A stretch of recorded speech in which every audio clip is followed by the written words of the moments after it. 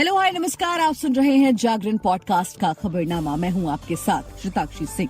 आज तारीख है 20 सितंबर की और दिन है बुधवार का। चलिए आपको बताते हैं आज दिन भर की तमाम बड़ी खबरें। बुलेटिन की शुरुआत करेंगे हेडलाइंस के साथ। लोकसभा में महिला आरक्षण बिल पर हुई चर्चा। महुआ मोइत्रा बोली मुस्लिम महिलाओं को भी फायदा मिले। सांसदों को बांटी गई संविधान की कॉपी पर हुआ विवाद। कांग्रेस का आरोप, प्रस्तावना से समाजवादी और धर्मनिरपेक्ष शब्द हटाए गए। पूर्व सीएम भूपेंद्र हुड्डा ने दी कांग्रेस छोड़ने की धमकी। इनेलो की इंडिया गठबंधन में एंट्री पर भड़के। केरल से बंगाल लौटे शख्स में निपा के लक्षण। कोलकाता के अस्पताल में हुआ भर्ती। कनाडा में रहने वाले भारतीयों के लिए एडवाइजरी हुई जारी। कहा सिक्योरिटी के हालात ठीक नहीं, स्टूडेंट्स ज्यादा सतर्क रहें। तुर्की ने यूएन असेंबली में फिर उठाया कश्मीर का मुद्दा। कहा साउथ एशिया में विकास के लिए कश्मीर में शांति जरूरी। न्यूरालिंक को ब्रेन चिप ट्रायल के लिए रिक्रूटमेंट की मंजूरी। रोबोट के जरिए मस्तिष्क में चिप लगाई जाएगी। भारत कनाडा में छिड़े विवाद का दिखने लगा असर। बोर्ड स्पीकर ने नक्शे से पंजाब जम्मू कश्मीर हटाने वाले सिंगर शुभ की रद्द की स्पॉन्सरशिप। आईसीसी वर्ल्ड कप का ऑफिशियल थीम सॉन्ग लॉन्च। नाम दिल जश्न बोले, मुख्य किरदार में नजर आए रणवीर सिंह। अब खबरें विस्तार से जान लीजिए। संसद के विशेष सत्र का बुधवार 20 सितंबर को तीसरा दिन है। लोकसभा में महिला आरक्षण बिल पर डिबेट हुई। सबसे पहले कानून मंत्री अर्जुन राम मेघवाल ने सदन को बिल के बारे में बताया। उनके बाद कांग्रेस की ओर से सोनिया गांधी ने 10 मिनट तक अपनी बात कही। चर्चा के दौरान टीएमसी सांसद महुआ मोइत्रा ने मुस्लिम महिलाओं को भी आरक्षण देने की मांग की। केंद्रीय मंत्री स्मृति ईरानी ने महुआ मोइत्रा का नाम लिए बगैर कहा मुस्लिम आरक्षण मांगने वालों को मैं बताना चाहती हूं कि संविधान में धर्म के आधार पर आरक्षण वर्जित है। जिस प्रकार से विपक्ष भ्रमित करने का प्रयास कर रहा है उसमें ना फंसें। सोनिया बोली तुरंत अमल में लाएं। सपा एनसीपी की ओबीसी महिलाओं को भी आरक्षण की मांग सोनिया ने कहा। कांग्रेस की मांग है कि बिल को फौरन अमल में लाया जाए। सरकार को इसे परिसीमन तक नहीं रोकना चाहिए। इससे पहले जातिगत जनगणना कराकर इस बिल में एससी, एसटी और ओबीसी महिलाओं के लिए आरक्षण की व्यवस्था की जाए। एनसीपी सांसद सुप्रिया सूले और एसपी सांसद डिंपल यादव ने भी बिल में ओबीसी महिलाओं को आरक्षण देने की मांग की। सुप्रिया ने कहा कि सरकार बड़ा दिल करके बिल में एससी, एसटी और ओबीसी महिलाओं के लिए आरक्षण की व्यवस्था करे। वहीं एसपी सांसद डिंपल यादव ने कहा कि बिल में ओबीसी और अल्पसंख्यक महिलाओं को भी आरक्षण दिया जाना चाहिए। वहीं संसद में जारी स्पेशल सेशन के बीच नया विवाद खड़ा हो गया है। कांग्रेस ने आरोप लगाया है कि नई संसद के उद्घाटन के दौरान सांसदों को संविधान की जो कॉपी बांटी गई उसमें छपी प्रस्तावना से सेक्युलर और सोशलिस्ट शब्द हटा दिए गए हैं। इसके जवाब में सरकार ने कहा कि संविधान की कॉपी में मूल संविधान की प्रस्तावना शामिल की गई है जिसमें सेक्युलर और सोशलिस्ट शब्द नहीं थे। दरअसल संविधान की प्रस्तावना में ये दोनों शब्द 1976 में 42वें संशोधन के जरिए शामिल किए गए थे। इस विवाद का कानूनी पहलू भी है। सुप्रीम कोर्ट अपने एक फैसले में संविधान की प्रस्तावना को संविधान का हिस्सा मान चुका है। ऐसे में अगर इसमें कोई भी शब्द हटाना या शामिल करना है तो एक अन्य संविधान संशोधन की जरूरत पड़ेगी। कांग्रेस के नेता अधीर रंजन चौधरी ने आरोप लगाया कि हम जानते हैं कि ये शब्द 1976 में एक संशोधन के बाद जोड़े गए थे, लेकिन अगर आज कोई हमें संविधान देता है और उसमें ये शब्द नहीं है तो ये चिंता की बात है। उन्होंने कहा कि बीजेपी की मंशा संदिग्ध है। ये बड़ी चतुराई से किया गया है।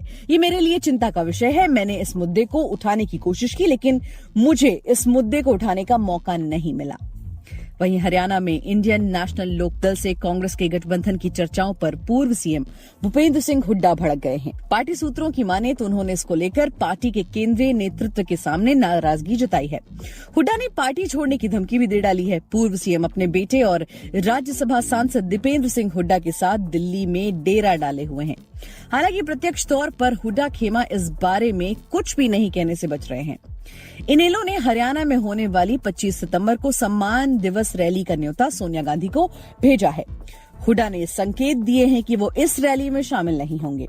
हरियाणा की 10 लोकसभा सीटों के बंटवारे को लेकर इंडिया गठबंधन की हिस्सा कांग्रेस और आम आदमी पार्टी में घमासान तय है। 25 सितंबर को पूर्व उप प्रधानमंत्री ताऊ देवीलाल की जयंती समारोह में कैथल में यदि इंडियन नेशनल लोकदल भी इंडिया का हिस्सा बन जाता है तो ये घमासान और ज्यादा बढ़ जाएगा।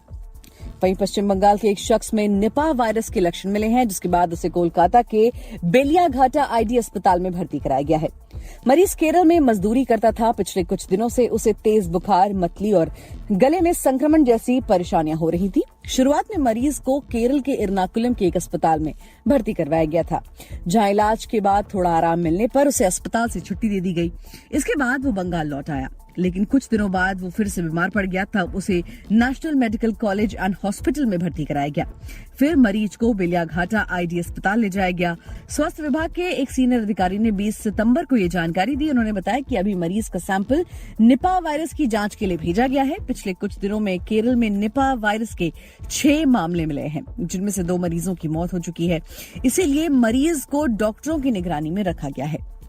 विदेशी खबरों की बात करें तो खालिस्तानी आतंकी हरदीप सिंह निज्जर की हत्या के मुद्दे पर भारत और कनाडा के बीच तनाव बढ़ता जा रहा है।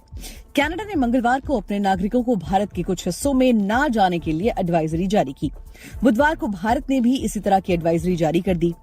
कनाडा में खालिस्तानी आतंकी हरदीप सिंह निज्जर की हत्या का आरोप वहां के प्रधानमंत्री जस्टिन ट्रूडो ने भारत पर लगाते हुए हमारे एक डिप्लोमेट को निकाल दिया।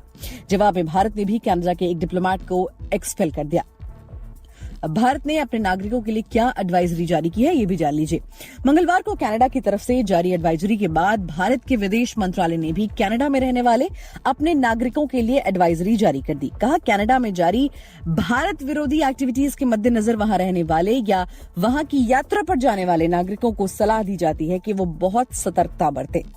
हालिया वक्त में देखा गया है कि कनाडा में मौजूद इंडियन डिप्लोमेट्स और इंडियन कम्युनिटी को एक खास तबके की धमकियां दी जा रही हैं। ये वो लोग हैं जो भारत विरोधी एजेंडे का विरोध करते हैं।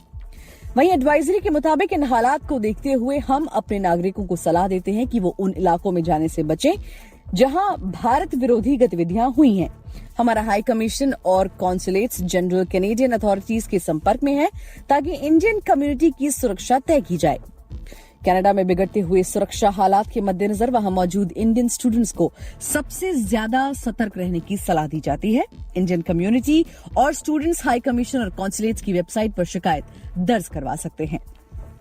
वहीं तुर्की के राष्ट्रपति रेसेप तैयप अर्दोगन ने यूएन जनरल असेंबली में एक बार फिर से कश्मीर का मुद्दा उठाया है।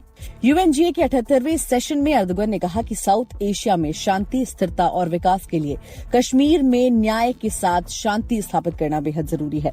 इसके लिए भारत और पाकिस्तान को बातचीत और सहयोग के जरिए मामला सुलझाना होगा। अर्दोगन ने कहा कि हम कश्मीर में शांति के लिए जो भी कदम उठाए जाएंगे उसका समर्थन करेंगे। भारत यूएनएससी में एक अहम भूमिका निभा रहा है और ये गर्व की बात है। यूएनएससी के टेम्पररी मेंबर्स को भी परमानेंट बनाया जाना चाहिए। तुर्की के राष्ट्रपति ने कहा कि दुनिया 5 देशों से बड़ी है। ये अब सिर्फ अमेरिका, ब्रिटेन, रूस, चीन और फ्रांस की बात नहीं रह गई। वहीं एलन मस्क की ब्रेन चिप कंपनी न्यूरालिंक को अपने पहले ह्यूमन ट्रायल के लिए इंडिपेंडेंट इंस्टीट्यूशनल रिव्यू बोर्ड से रिक्रूटमेंट की मंजूरी मिल गई है। यानी अब न्यूरालिंक ह्यूमन ट्रायल के लिए लोगों की भर्ती कर सकेगी। अगर ह्यूमन ट्रायल कामयाब रहा तो चिप के जरिए ब्लाइंड भी देख सकेंगे। पैरालिसिस से पीड़ित मरीज सोचकर कंप्यूटर चला सकेंगे।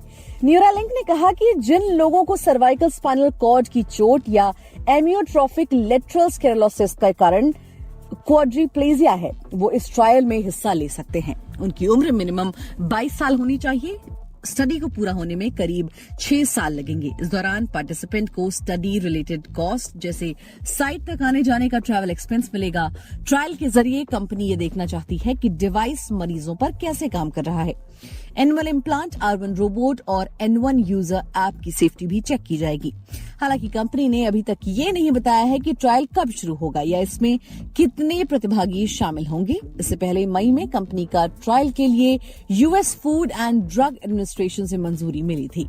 वहीं खालिस्तानी आतंकियों को भारत विरोधी गतिविधियों को लेकर अपनी धरती पर पनाह देने वाला कनाडा के साथ भारत के चल रहे विवाद का अब असर दिखने लगा है।